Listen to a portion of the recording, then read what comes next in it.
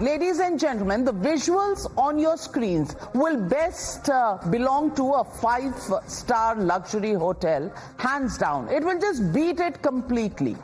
Spread across over 1 lakh square feet, ladies and gentlemen, it is more than 2 football fields combined.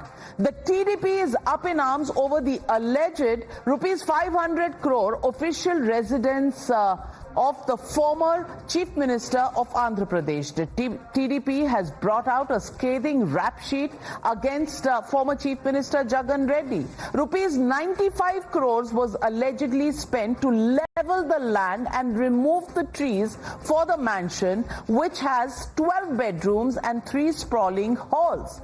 Rupees 33 crores was reportedly spent on the luxury interiors of the sea-facing Hill Palace. Rupees 21 crore was allegedly spent on beautifying the area. Rupees 36 lakhs was allegedly spent on a single bathtub, while rupees 22 crores on imported plants. 22 crores. These are all the charges made by Chandrababu Naidu's TDP. The TDP has claimed that Jagan Reddy looted taxpayers' money while people were experiencing poverty and suffered because of unemployment and other challenges. The YSRCP has retorted back that the building belongs to the state and it is not the private property of former Chief Minister Jagan Reddy. Listen in to the war of words. On one side, we don't have money for basic amenities. Are we in a position to build something for 500 crores for somebody like the Prime Minister or the President who may visit once a year or once in 3 years? Does it make sense? They have no defense. On record, their leaders have been caught saying that this is CM camp office. So they cannot escape from that. It has come to light that it is the people's money that was spent on Rushikonda Palace, and this is not excusable. If it is the people's money, then the people should know why it was used, and if action needs to be taken, it needs to be taken, because the YCP government had taken a debt to the tune of 8 lakh crores of rupees, and spending money like this irresponsibly is not excusable.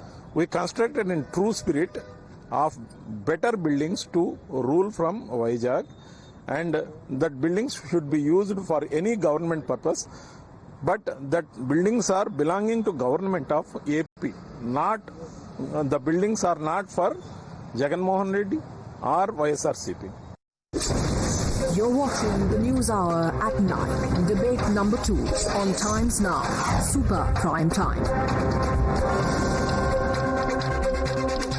Joining the debate, Dr. Ajay Alok, Dr. Anand Ranganathan continue to be with us. Also joining us this evening, Deepak Reddy, National Spokesperson of the TDP, Chundru Sundar Ram Sharma, National Spokesperson of the YSRCP, and Dr. Pulla Rao, political analyst, knows Andhra very well. My first question to you, Mr. Deepak Reddy, 500 crores.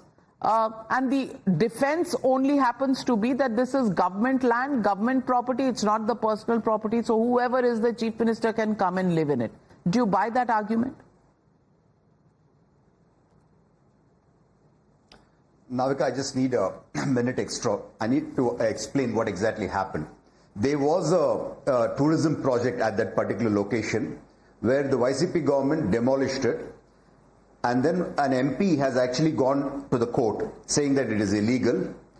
And the court said, just construct in the area where you have demolished. But they have actually violated all laws and now covered about 10 to 20 times the area, never telling what is the reason for it. They said it was a tourist project. Then they said it was a star hotel.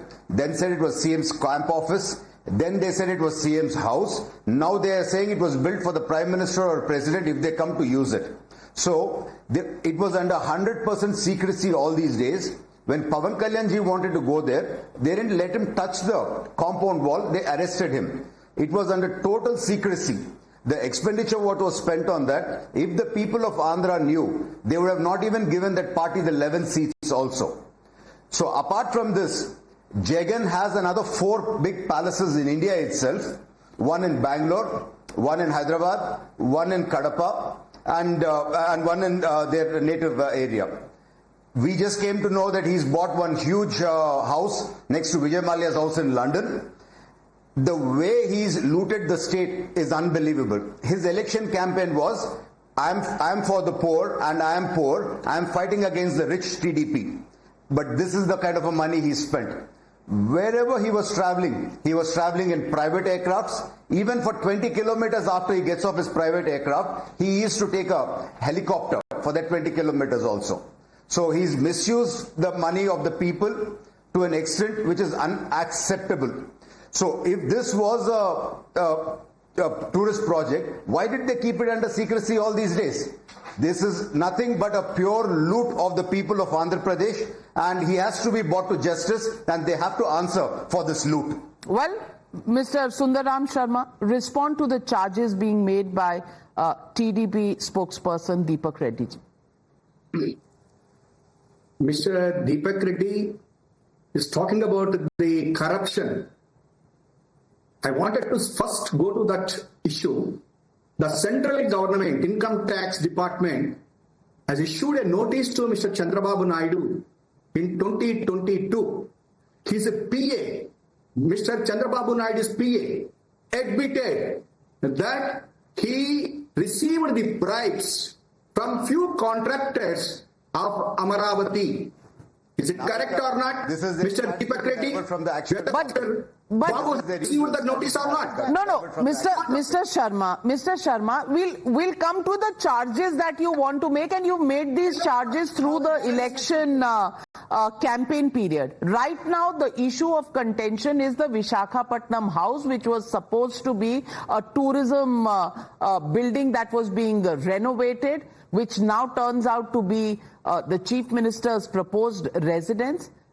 Where did the money come from? And when there is a stalling that has been ordered by the courts, why was it undertaken? Why was it flouting norms? Just respond to the question. I will respond to that your question only. But Mr. Reddy gone beyond that question and talked about the Britain building beside Vijay Mallya and all this. So I wanted to say this one.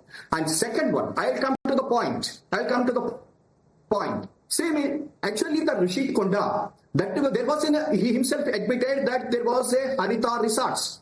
The same place, we demolished the Harita Resorts and constructed a 7 blocks, which is useful for the government seminars, government conventions, government related programs. We can use it. Number one. Number two, he is talking about the financial expenditure.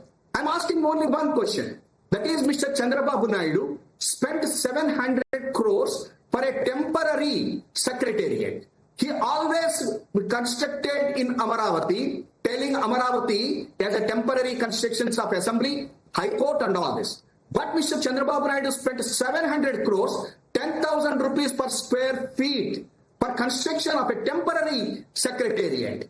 And another thing, that was all temporary constructions, but Mr. Jagan Reddy constructed permanent buildings, which is useful for the state people. It is the state's property. Mr. Deepak Reddy, please respond.